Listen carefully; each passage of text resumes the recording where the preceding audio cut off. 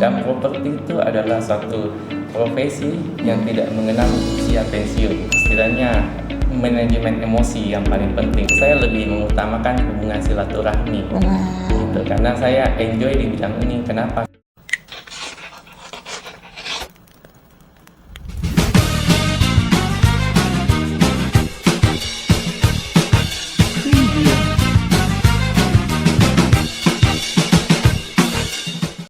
Hai, balik lagi bareng Rini di Sharing Session Pinisi Properti. Nah, kali ini saya lagi bareng Pak Riki. Halo Pak. Halo.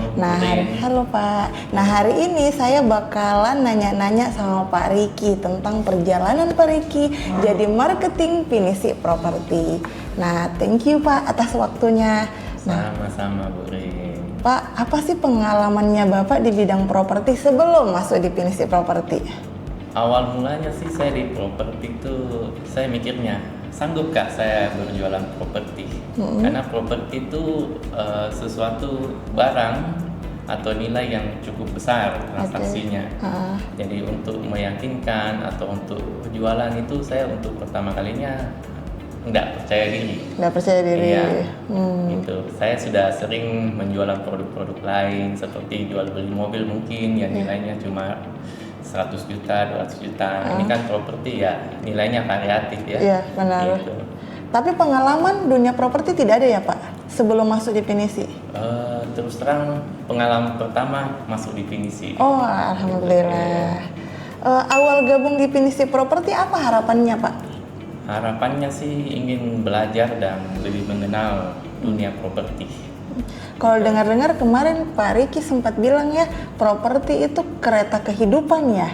Ya, salah satunya betul. Kenapa? Karena properti itu adalah bisnis yang istilahnya atau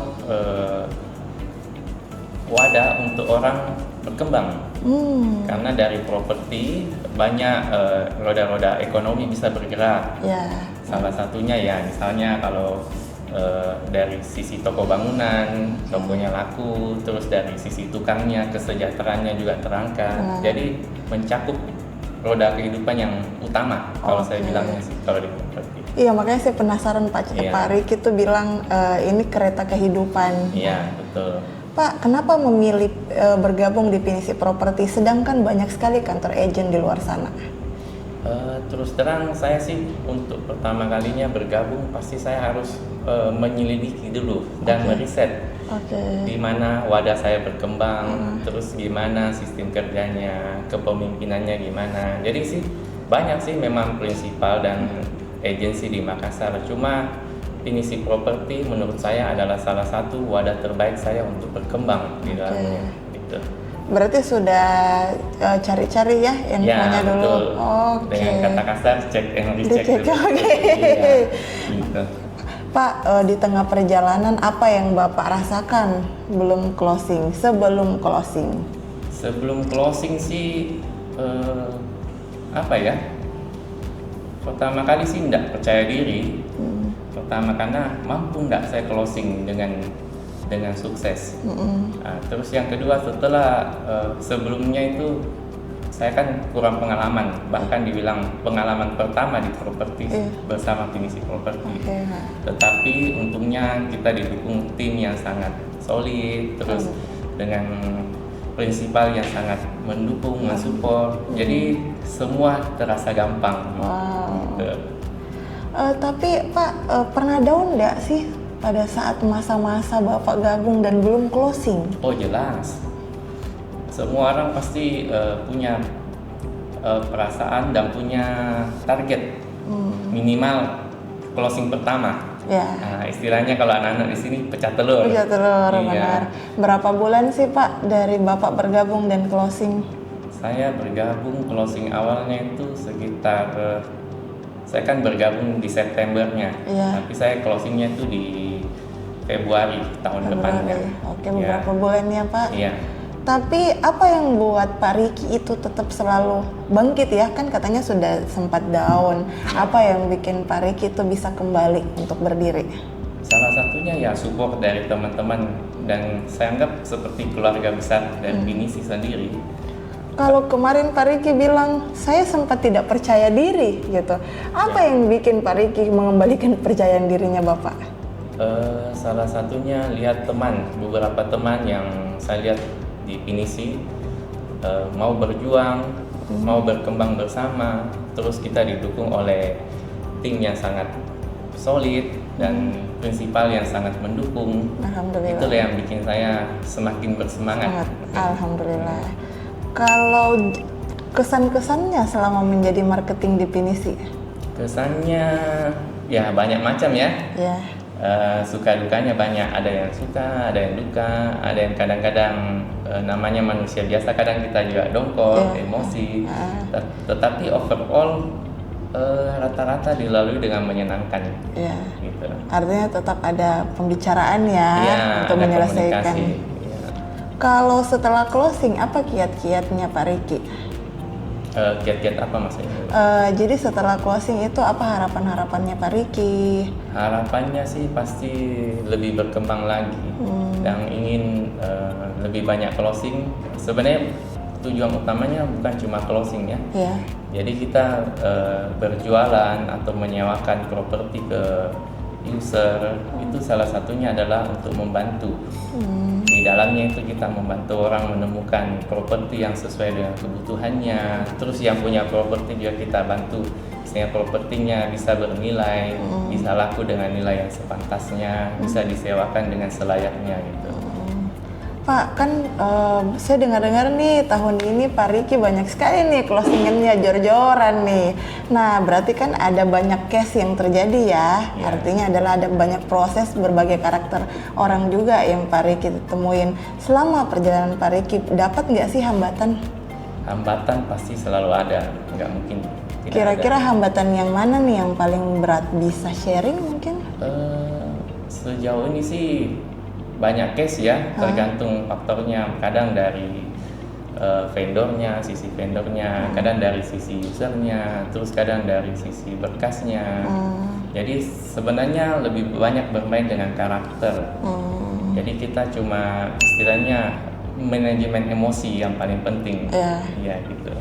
Bagaimana Pak Riki menghadapi situasi yang vendor maunya ini, terus pembeli maunya ini? Bagaimana caranya Pak Riki itu menghadapi kedua pihak itu punya keinginan yang berbeda? Bagaimana menyatukan itu menjadi satu? Awal mulanya sih pertama kali adalah kita menjadi pendengar yang baik.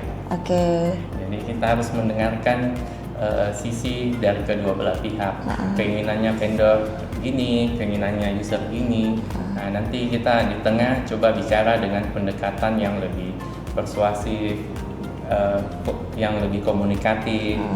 Jadi dengan kita mendengarkan lebih banyak, kita mengetahui kebutuhan masing-masing pihak. Jadi selalu mengutamakan, prinsip dasarnya kita selalu mengutamakan kepentingan yang lebih besar. Itu kepentingan bersama yang lebih besar. Oke. Artinya kalaupun ada yang tidak disetujui pasti ada pembicaraannya. Ya betul, selalu pasti ada solusi untuk setiap masalah. Benar. Nah, jadi memang itu jadi kita ini berperan sebagai solusi ya untuk perantara untuk mereka kedua pihak. Nah, terus Pak, apa sih targetnya Pak Riki ke depannya? Secara pribadi dulu deh. Secara pribadi sih pasti ingin lebih mensejahterakan diri sendiri dan keluarga. Amin. Dan membantu orang lebih banyak. Amin. Nah, terus membantu berbagai pihak untuk menemukan properti, rumah atau sebagainya yang sesuai dengan kebutuhannya. Pak, kan saya dengar nih Pak Riki itu kemarin punya story perjalanan pekerjaan itu dari mobil, dari apa sih lagi Pak, spare part motor dan di kafe. Ya, nah, terus kenapa bisa memilih properti, tiba-tiba masuk jadi marketing properti? Properti itu salah satu pekerjaan yang cukup menyenangkan, cukup bisa diluangkan waktunya, dan istilahnya saya kadang-kadang melihat teman-teman yang lebih sukses dari saya toh juga masih bekerja properti, dan properti itu adalah suatu profesi yang tidak mengenal usia pensiun. Oke. Jadi kita bisa bekerja di bidang ini, kita bisa memasarkan ini terserah dari umur berapapun sampai berapapun, tidak ada batasnya. Selama kita selalu berusaha dan selalu mengutamakan kembali kepentingan yang lebih besar. Gitu. Tapi kenapa baru di usia sekarang Pak Riki mulai? Itulah saya menyesalnya. Oke. Karena saya terlalu terlena dengan bisnis-bisnis yang sudah ada yang lain. Jadi awal mula seperti saya bilang, properti itu adalah bidang yang bagi saya cukup berat karena menyangkut nilai transaksi yang cukup besar. Jadi yang harus kita kalahkan adalah mental blocknya kita. Bagaimana mindsetnya kita, istilahnya menganggap sesuatu yang besar itu tidak besar-besar amat, dan pasti bisa kita selesaikan. Amin. Dan semua transaksinya berjalan lancar ya Pak? Ya, alhamdulillah sampai ini hari semua berjalan lancar. Alhamdulillah, berarti pokoknya transaksi sama Pak Riki itu akan terhandle dengan baik. Ya, saya bisa pastikan karena saya itu berprinsip gini, kita sebagai marketing, fee atau komisi itu adalah efek samping, bukan bonus ya. Bonus utamanya itu ketika kita mempunyai perasaan membantu orang menemukan sesuai apa yang dibutuhkan, ada kepuasan tersendiri. Benar. Ya. Jadi selain itu sih Pak, kan kalau tadi Bapak bilang bahwa Bapak ini baru menyadari ya setelah di usia sekarang. Ya, nah, terus kalau selama ini sih menghadapi banyak klien-klien yang di luar sana, ada sih nggak sih transaksi yang ya mulus saja perjalanannya? Ada juga? Iya, selalu pasti ada. Jadi kita bertemu dengan berbagai macam orang. Ada yang istilahnya orangnya easy going, ada orangnya ya minta maaf kadang agak ribet, tapi apapun itu kalau kita lakukan dengan kesenangan, semua akan terasa lebih mudah. Gitu. Kalau kita transaksi sama Pak Riki, apa sih pelayanan yang paling didapatin sama pemilik atau pembeli atau penyewa? Saya akan pastikan istilahnya apa yang mereka cari akan sesuai kebutuhannya, itu yang paling dasar. Nah, yang kedua, apapun itu saya akan tetap berada mengawal sampai proses transaksi, bahkan sampai proses sewa itu selesai. Wow, gitu. Artinya nggak ditinggal gitu aja ya Pak? Iya, betul. Jadi bukan cuma istilahnya kita udah selesai akad tapi udah terima fee, udah terima segalanya, kita ya sudahlah. Tapi saya lebih mengutamakan hubungan silaturahmi. Gitu. Karena saya enjoy di bidang ini. Kenapa? Salah satunya tadi saya bilang, ketika saya bisa membantu orang menemukan apa yang mereka cari sesuai kebutuhannya, ada kesenangan tersendiri, ada kepuasan tersendiri. Iya, benar Pak. Nah, terakhir nih Pak, pertanyaannya saya, Bapak selama ini closing dari mana aja sih Pak? Dari portal online mungkin, atau dari database, atau dari mana sih Pak? Spanduk? Iya, ada banyak macam ya. Pertama kadang ada dari spanduk, terus yang kedua dari database, terus portal online juga ada juga yang respon juga, dan rata-rata peluangnya berbagai macam sih. Iya, semua lini bisa. Oke. Terakhir saya tiba-tiba muncul nih. Kalau di PHP-in pernah nggak sih Pak? Sering. Oke. Ya. Gimana perasaannya Pak di PHP-in? Ya pasti namanya di PHP-in sih kita sih berharapnya gimana ya. Tapi kembali lagi ya, itu sudah bagian dari risiko pekerjaan. Jadi jangan takut dan jangan putus asa. Tapi kan Pak, kalau misal ada yang ngehubungin lagi, ada nggak sih perasaannya bahwa jangan sampai di PHP-in lagi nih? Prinsip dasarnya sih kita harus selalu berpikiran positif. Apapun itu kan tujuannya kita membantu orang. Iya. Di samping itu kalau masalah istilahnya kita di PHP-in, kita tidak ditanggapi, itu udah biasa. Oke. Berarti udah kebal ya Pak? Udah kebal. Itu pun karena saya banyak belajar dari senior-senior ya di Pinisi, terus banyak mendengar dari teman-teman. Jadi mereka punya suka duka, mereka punya cara kerja. Dari situ kita banyak belajar juga. Wow.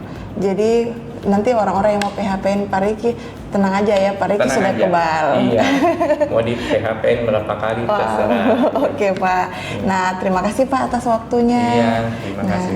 Jadi itulah sharing session bareng Pak Riki. Jadi kalau kalian mau beli properti, cari properti, titip properti, nah hubungin nih Pak Riki.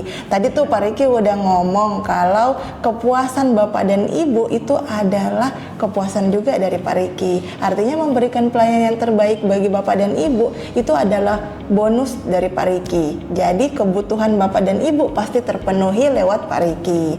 Nah, sekian sharing session dari kami. Bye bye. Thank you, Pak. Thank you.